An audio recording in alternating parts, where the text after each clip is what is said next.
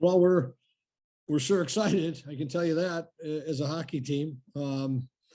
We're 1 week and 1 day in.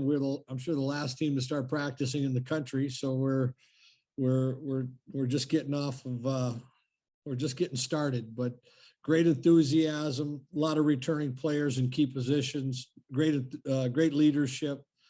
We're in a good spot. We had a chance to be a very good hockey team this year. With that, we'll open it up for questions. And for right now, you guys can just fire away. If you want to, shoot me a note if you have a specific question for Coach. Bob, with so many pieces in place, this season for you guys, with so many guys coming back, what are the biggest question marks for you guys in your own mind? Well, we have 6 new forwards, and so awful talented group of 6. I can tell you that, but it's going to be that blending it together. Going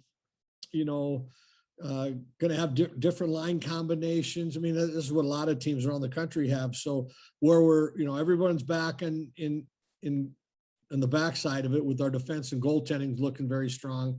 We're going to be a little work in progress with our forward group. We lost a lot of offense last year with 3 players in McManus, Ranta, and Reedy, and real big heavy. That's one thing that I think we're with Ranta and Reedy, the 19 goals and 15 goals, I think between them, 2 big, strong, heavy players. And we had that heavy presence.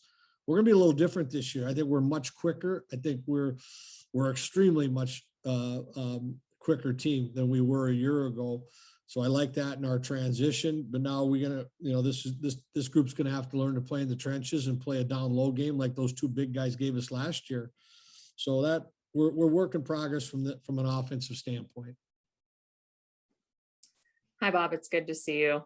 Thanks for doing this. I want to ask about Jack LaFontaine. Like, what kind of dynamic does that bring to have this veteran goaltender coming back for this extra year, and just kind of what kind of confidence does that give you guys going into the season, knowing that you have that kind of solid guy back there? Well, we felt the same last year. We thought, from Christmas on of his junior year, we thought Jack was one of the better goaltenders in the conference, and he picked up right where he left off. And so what we saw last year, what you all saw last year, we had seen for a year and a half. And I had a boss once that just said, at a certain age, he said, on a bad day, he goes, I don't want any more surprises. If I don't want any good ones, I don't want any bad ones. I just want to be. That's kind of the way I am with Jack. I don't want any good surprises. I don't want any bad ones. I just want Jack to be Jack. And the one thing with Jack is his work ethic. He kind of has such a business approach to it, how he studies and watches film, and he goes through a routine, and we just need to get him back in that routine and got a real comfortable decor in front of him, and just, get him off to a good start where he feels good about himself. And I think we all have a lot of faith in Jack as an athlete and as a person. So, like I said, no surprises, just Jack be Jack, and let's go. Bob, is the ice a good place for you to be? Is the ice a good place to be right now? Yep. Coming to the office, being around our players, for me, there's no question. It's with what we're going through, it's any distraction you can get is good.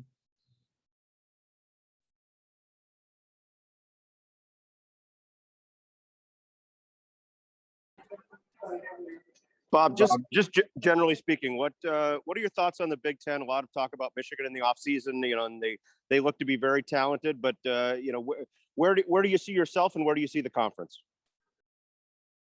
Well, I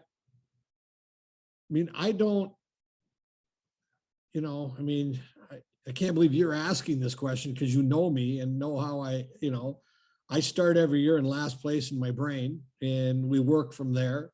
I'm anticipating a lot of teams are, everyone's optimistic this time. I don't really play the the schedule. I don't play the schedule out in the summer to figure out the ending, which I know is a fun thing to do this time of year when rankings come out and picking where you're going to finish. And I'll go back to I think it was 2 years ago, that one game in our league. It was Michigan State at Penn State in overtime. If Michigan State would have tied the game or won the game in overtime, one shot, we would have had a 5-way tie for first place. The season would have ended 5-way tie for first place. And the Big Ten standings have been like that, very close, very tight in the 3 years that I've been here, and little bit of separation at times. I know last year, but last year was a COVID year. I throw all of it out. I anticipate one tough conference. You got to stay healthy, and it's, when you're playing certain teams at a certain time and if you're healthy, and it all plays out. So there's no question Michigan is leading the pack right now. They've got a lot of accolades for all the kids that they got drafted such high spots right now, and tag, they're it. And then it's the rest of us chasing them, and it's a good spot for us to be.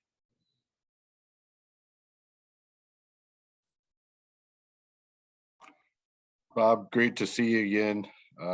You know what I've told you before. So just how good was it to step on that piece of ice, like Joe was asking, just to give you a little sense of a new world for you to get back with this team? Well, this is deep. The world that I had before no longer exists. And we have to do a lot of rebuilding. But when I come to the rink and we get on the ice and I get around my staff, it's familiar territory. I've been doing this a long time. There might be times this year I need my players more than they're going to need me, and especially early in the year. We're getting through. I'm comfortable coming to the rink. Definitely when you get out on the ice, you can close things down and put your focus, with your players. And they got such great, young people have such great spirit and enthusiasm, and they've been remarkable. And it's a great outlet for me right now. Well, we're all here for you, Bob. Anytime. People have been awesome. Thanks, Jim. Hockey question for you to get it back on track here. With the players that are allowed to come back this year because of COVID, do you see that changing the style of play, the level of play in college hockey this year, with so many teams being so much older this year and perhaps more experienced? This last weekend, there was a lot of hockey going on in the Twin Cities. So you're around some other coaches, and I haven't studied a lot of rosters from other conferences. But I know there are a lot of returning players, and there are going to be a lot of veteran teams, and there are going to be a lot of conferences beating the snot out of each other, and including ours. So I think you're right on in your question, Jim, but I want to wait until November to I think then we're really going to start to answer it. And, we were at a spot last year for us is, we had a real good, strong group coming in, and we had to kind of stick to the plan, what we'd been working before COVID. Now Cruikshank came in, and one of the reasons we made that decision with Grant was just exactly what I talked about. We lost, 19 goals and 15 goals in two heavy power forwards, and Grant plays that and comes in as a senior, and Ranta would have been a senior back for us this year, and gives us that element of something we lost. We've got some depth. I mean, this is probably the greatest amount of depth I've seen on a forward of any team I've coached. We got a blend of some older guys with that great old college young guys coming in, that enthusiasm. So we're maybe just traditionally like you're supposed to be. And I know there are other teams that have kind of loaded up with a lot of transfers and returning players. I think we're going to have to wait till November, December to kind of see how that plays out. I'm only really worried about our team right now. And this will be a fun conversation for us all to have later in the year. Bob, this is an NCAA kind of question, but on those same lines, do I understand this right? Anybody who was rostered last year because of COVID, will they be afforded an extra year of eligibility? Yes. Okay. So this Wild West, at least that part of it, that's going to play out for quite a while, isn't it? Well, with the transfer rule, it is the Wild West. There's no question. And I think it's going to be a few years until this thing, levels off. But we don't need to worry about it now. We're in season. So you can only transfer in the off season. So that's all really conversation that'll start to heat up again next April. You think you'll enjoy the Wild West?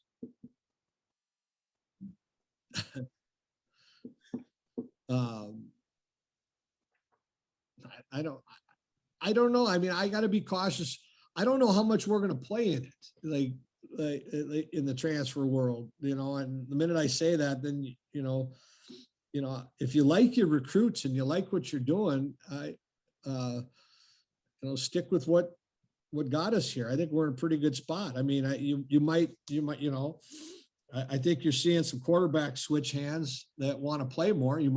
I think that's where you might see some goalies switching, like you have in football. Backup quarterbacks don't want to be backup quarterbacks. They want to play. So that's kind of the theory right now, is that you might see goaltenders changing hands, and you can't blame someone for wanting to play. So I don't know. Once again, we're going to have to live in this one for a year or two before you really, know how this thing's going to play out. But all I can tell you this year is we really liked our group we had coming in. We looked, we thought if we could add one, let's add a power forward to replace darn near 30 goals and 2 players. And we were able to do that with Grant. So we're awful lucky that he's here. He's a heck of and he fits in too as a leader. He's a captain, and he's going to be a leader for us right from the get-go. So, if we're going to plug and play, it's going to be something special. I can tell you that.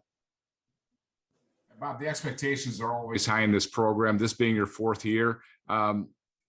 Has it been, now that you look back at it, are the expectations higher than you thought they would be? More pressure, especially now when you've got this team that, you look like you've got everything you need to make a great run? Yeah,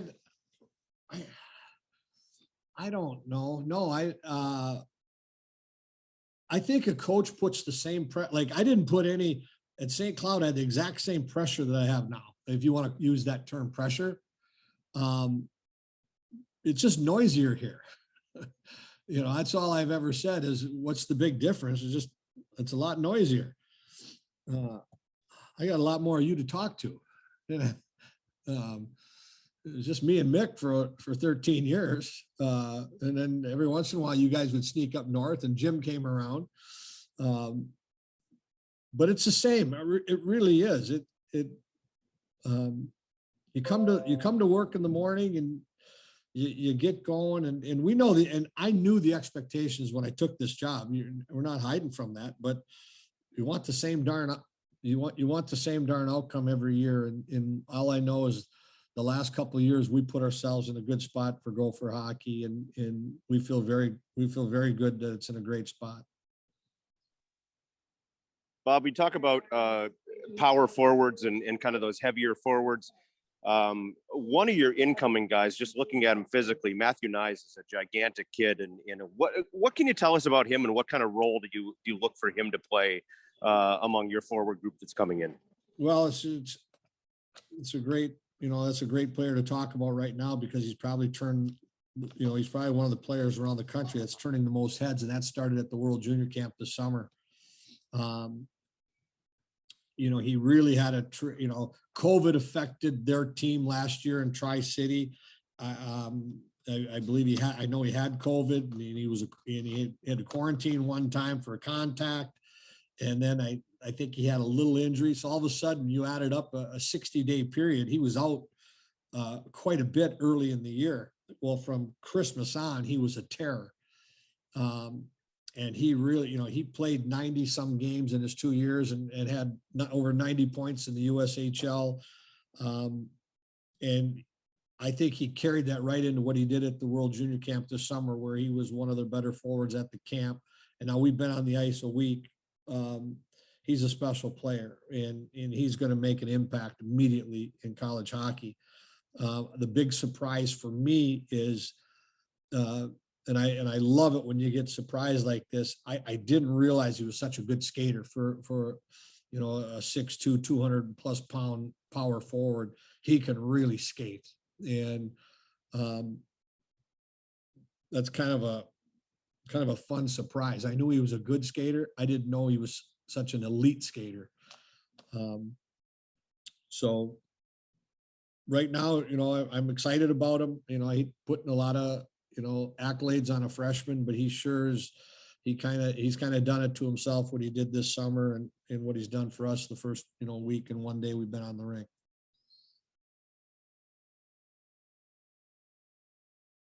Bob, going back to the transfer thing, is this a permanent situation now, as permanent as anything can be with college athletics, or do you see a change 5-10 years down the road where transfers will not be allowed?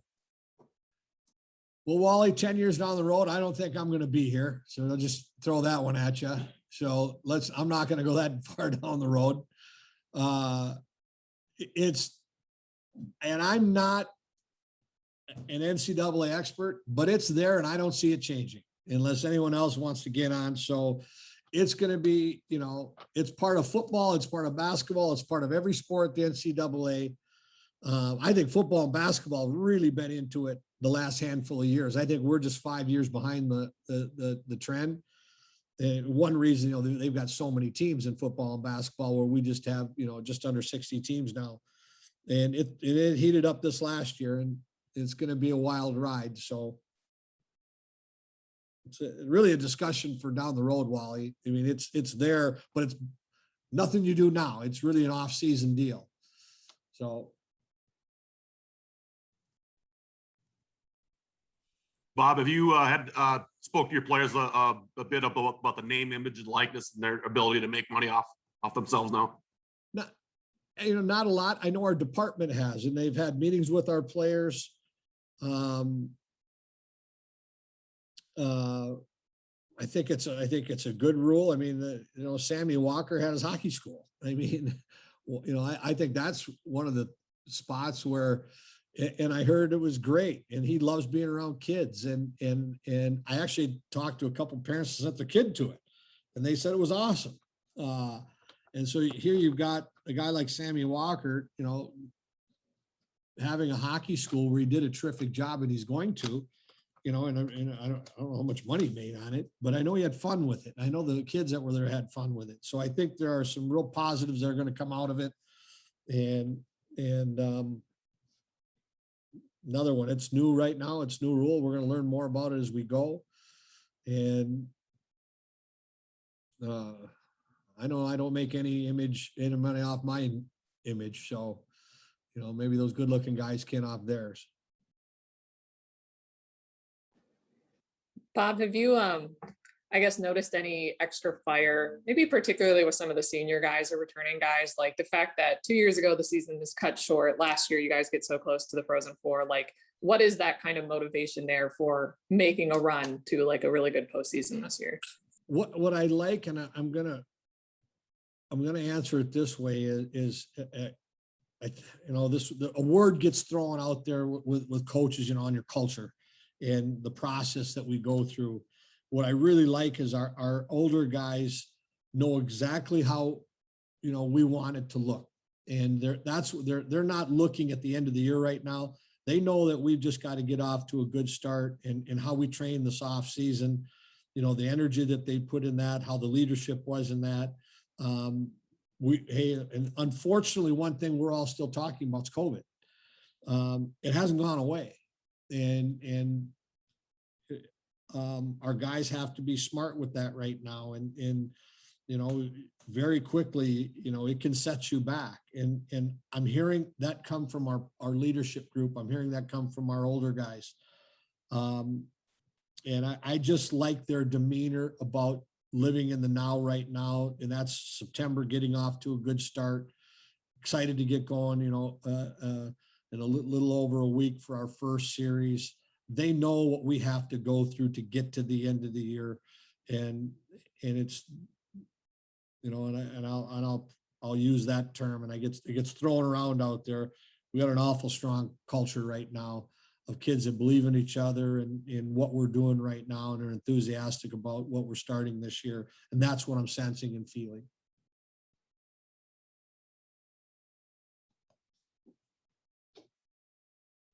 Is it safe to say that one of the biggest difference about COVID this year is that a game lost to COVID this year will be a forfeit rather than trying to make it up later? Yeah, there's no question that you're not protected where you can just, you know, get it and have a few guys go down, and then, you know, you're going to have a loss tag down to your standings. So, Are there any other protocol things that the guys have to worry about that are either more lax from last year or tighter than last year? well, the biggest thing is we're all vaccinated, and let's hope that science has proven that, you know, we keep hearing that the more vaccinated you are as a group, as a whole, the better you are. And let's hope that that's the big change for us is, you know, we didn't avoid COVID last year. It just got us early in the year, and we didn't play till November. All right. Well, we're in September right now, and we play October 2nd. And I'm hoping that the science talked about getting vaccinated is going to help you. Well, we're going to put that to the test because we're vaccinated, and let's hope that helps all of us.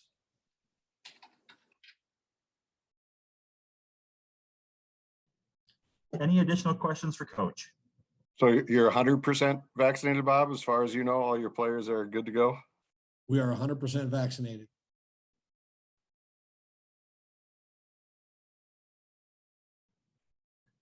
We'll take one last call for questions. Otherwise, we'll cut everyone loose for the day.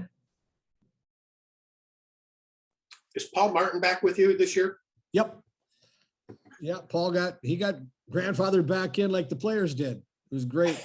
So, and he's working on his master's. So what a story that starts to turn out. Not only come back and got his degree, but now he's working on his master's. And it'll be awesome. You know, even last year at the start, you know, he was quiet. He was just observing for part of the year.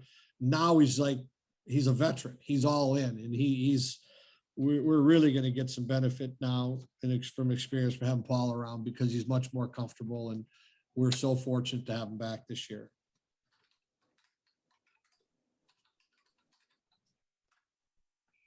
He doesn't mind working with elite defensemen though either, I would assume. No, he's pretty used to it. He's pretty elite himself, so I think he understands it. Bob, thanks. Glad to see you have a bit of sense of humor too. All right. Bob, one last question. You lost your goalie coach in the offseason. Any update on your coaching staff, and are you going to add a goalie coach at some point? Yep, and nope. Yep, we're adding one. Nothing to update. Stay tuned. Thank you. Okay, with that, we will say thank you to everybody. Thank you, Coach Motzko, for joining us, and thank you, media members. Like I said, this will be on the digital press box shortly. So hopefully everyone has a good day. Thanks, Bob. Thanks, All right. Greg. Thanks a lot, Bob. Thanks, gang. We'll see you.